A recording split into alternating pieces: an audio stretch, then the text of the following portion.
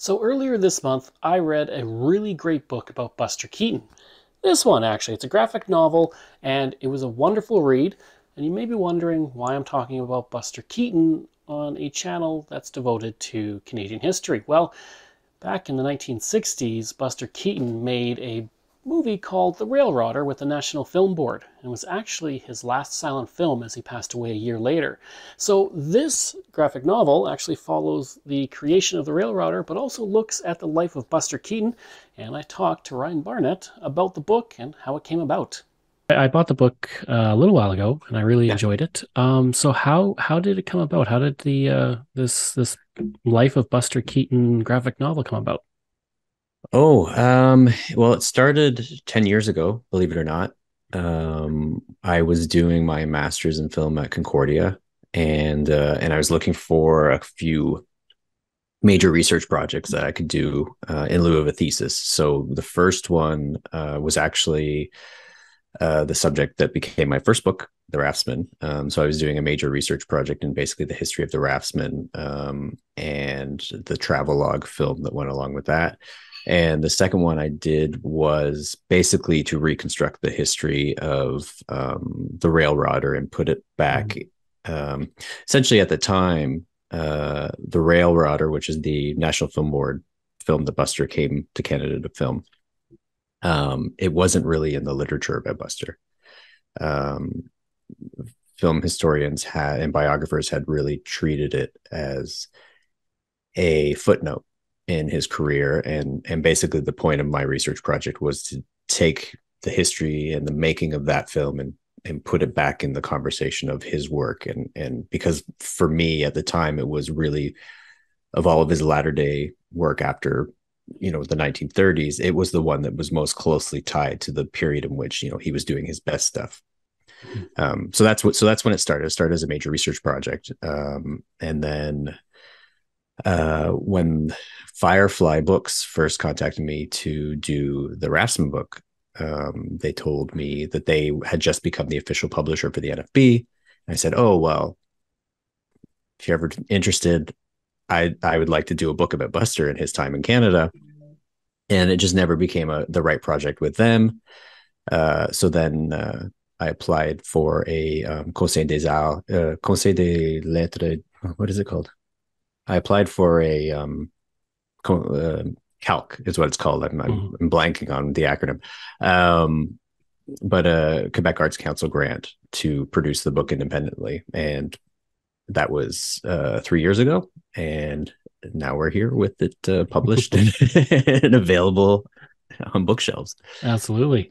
So the Railrodder, which people Yeah. can watch on the National Film Board website and app, it's a really good film, and like you mentioned, it's his last silent film. So just tell me a bit about what the Railrodder is. Sure. Well, The Railrodder is a film from the National Film Board that came out in 1965. It was an original idea from an animation director named Gerald Potterton. Um, so one day he was driving to work at the NFB, and he saw like a little rail speeder go across the tracks in front of him as he's waiting at a stoplight. And he just thought, oh, that'd be kind of a neat way to explore Canada, just on the back of one of these little push carts.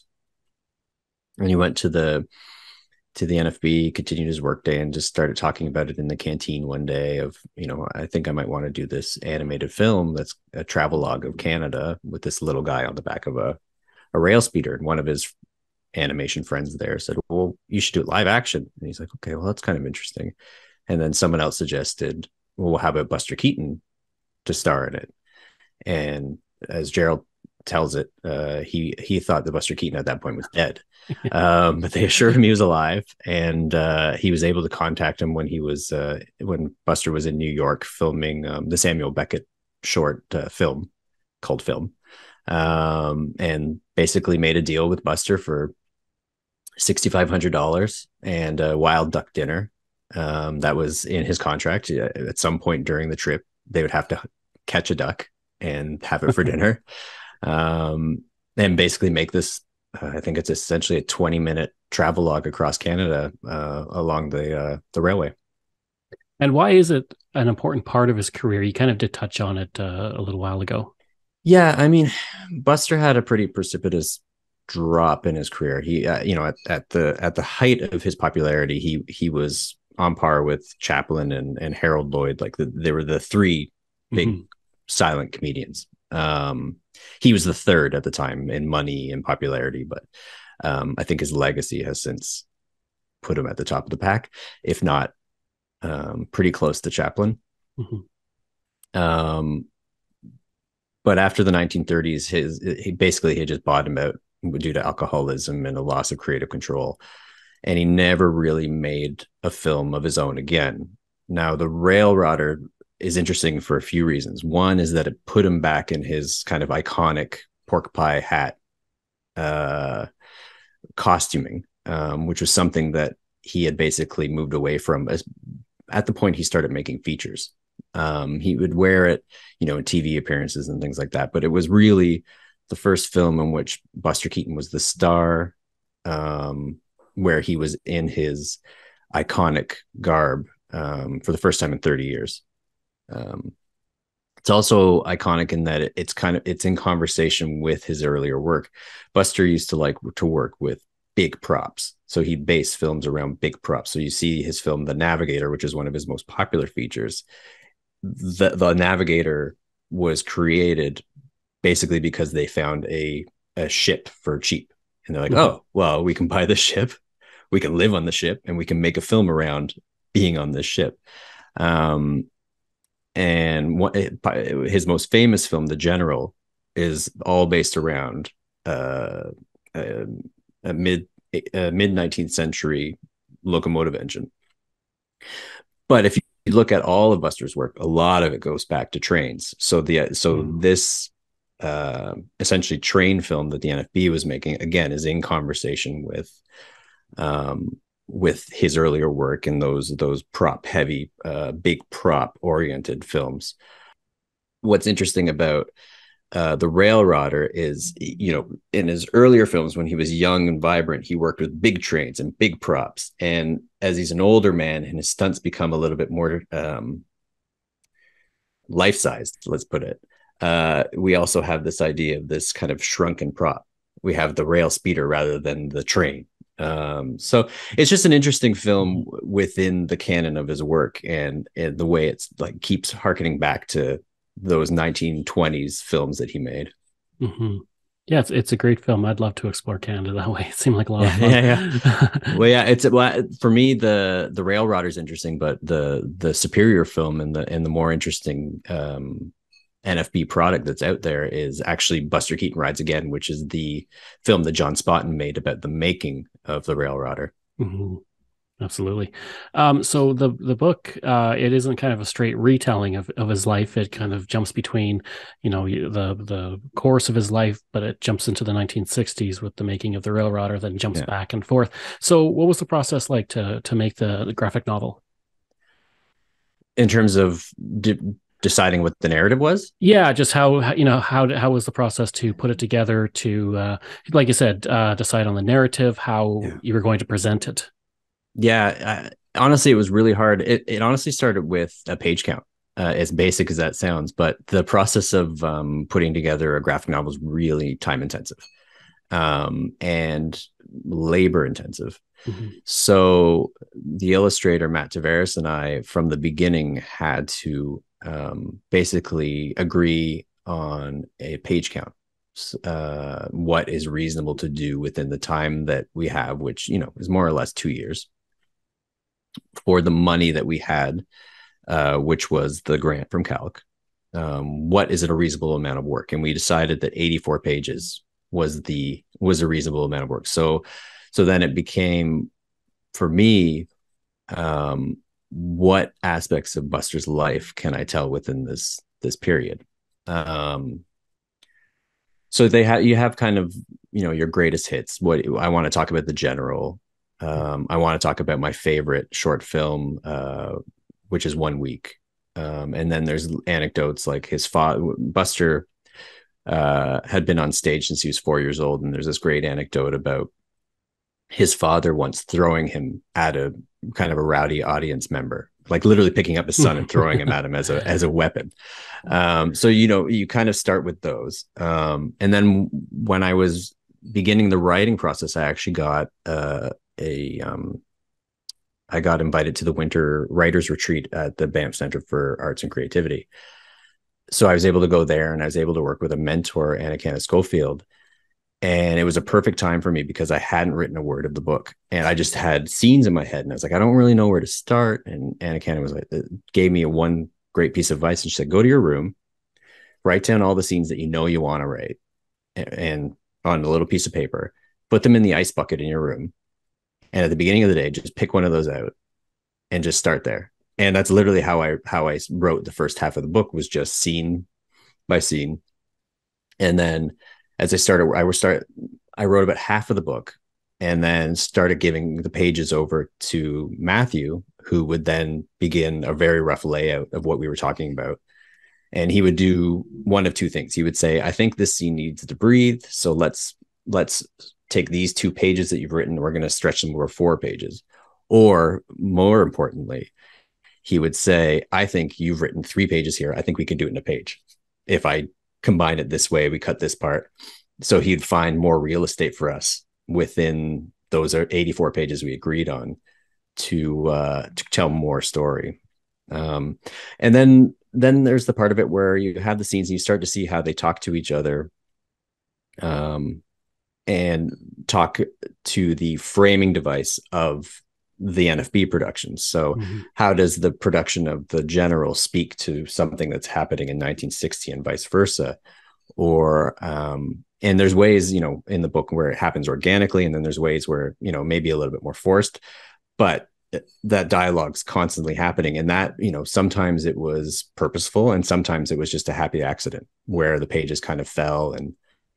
And I'm thinking of an example of Buster's screening a film at the NFB with Potterton and his wife and Joe Kirkpatrick. And then the next scene is him watching his first short as an independent filmmaker with Arbuckle. And that was one of those ones where it just kind of happened organically that those pages butted up against one another, but it was nice. And then it was something you could lean into. So that's basically how the writing process worked. Buster hasn't, his heyday was a century ago. Yeah, why are exactly, we still, why are we still talking about Buster? And like you mentioned, his legacy has definitely increased to the level of Chaplin, and some would say, given some of Chaplin's personal life stuff, his legacy might even be better than Chaplin. Yeah, I think Chaplin's legacy is a little rough right now. He had a penchant for underage women, and so did a lot of Buster's peers.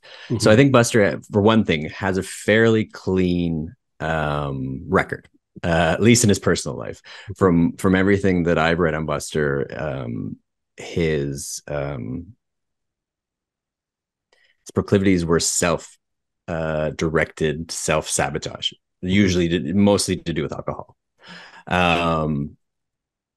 So he stood up in that way. But I think if you look at a Buster Keaton film today versus, say, a Chaplin film, and I love Chaplin too, so I don't want to always put them in contrast with one another. But if you look at the two together, Buster's performances are more modern, or they hold up more to a modern audience than some of the other silent film actors. He's known as the Great Stone Face. He has a very kind of placid way of taking everything in, and something about that subtle performance done through just his eyes mostly seems more modern. It's not, a lot of mugging and pantomime and things like that people think about, or you see reenacted in films like The Artist, when modern audiences are shown what silent films are or were. Buster's still much more subtle than I think how people imagine silent film performances. So that's why I think he holds up to this day. I think also where Harold Lloyd and Charlie Chaplin owned their films, and thus were able to kind of control their image post sound era filmmaking, Buster's films were thought to be lost. They were only rediscovered in the 50s and then represented in the 60s. So it's been kind of this decades long rebuild of what he had done in the 20s and rediscovery of what he had done in the 20s, um, that has kind of made him more of a project for film historians and just film goers right now, as you kind of discover new scenes in Argentina or anything like that. Like he's still kind of a project for people. Mhm. um and yeah, so I think it's the combination of those factors. Plus, for me, the films are still funny. Oh yeah, Yeah. without a doubt. Yeah, they're quite good. Uh, so your first book was The Raftsman, and it blended graphic novel with the written word. Yeah. But this one is full graphic novel. Why Yeah. is a graphic novel a great way to present like the story of the Raftsman, where it's a survival journey across the ocean, and the story of Buster Keaton, which was a very visual person? Why is the graphic novel such a great way to present a story? Well, they're two very different projects. So for the Raftsman, one of the things that made graphic novel suitable for it was that, um, being a dangerous trip that they took, this transatlantic voyage, they have a lot of photographic records of it, but all of the best moments in that trip aren't recorded and aren't photographed because they were four and then down to three guys on a raft. They were busy dealing with the stuff when it was happening, so they couldn't take photographic records. So to represent that in in a book form, the best way to do it, in my mind, was to do these kind of dramatic recreations through sequential images. Mhm. For Buster, because he's a filmmaker, because his life was images, it seemed only appropriate that, a biography of his life be graphic in that way. Um, and then there's also just the idea that, he hasn't had that treatment yet. There's a children's book about Buster, about his time as a child performer. And then there's another one, called Bluffton, which is a great book. But again, it's a, what do you call that? Historic fiction about Mhm. Buster as a child performer. But there hasn't been a biography of Buster, in graphic novel form. And I think, just like I said, it's hard to convey, um, what's amazing about him without showing it. Mhm. So to be able to do that in illustrations, is it's kind of a gift as a writer. Absolutely. And what's the response been? I mean, I've mentioned to you that I've really enjoyed the book. Yeah, So what's the response been overall towards the book? it's been really good. I mean, officially, we got a starred review from Kirkus Reviews, which, is a for for the industry is a big deal. And for me, it's my second book, and it's the first book that Knockabout, my company, has put out. That was a big deal for us. But then, more importantly, to me as the writer, but also as a fan, is the reaction from the Buster community has been really good. So, meaning the Buster Keaton Society, I've heard really nice things about that. People that run Buster Keaton, social media sites like Twitter and Instagram have been really supportive of the book. So, I feel, good that I have seemingly not stepped in it in terms of my representation of who Buster was as a person and as an artist. And where can people get the book? They can get it from the Knockabout website, so knockaboutmedia.com/books, but, they can also get it, through, Amazon channels, and through the Buster Stuff site run by the Buster Keaton Society.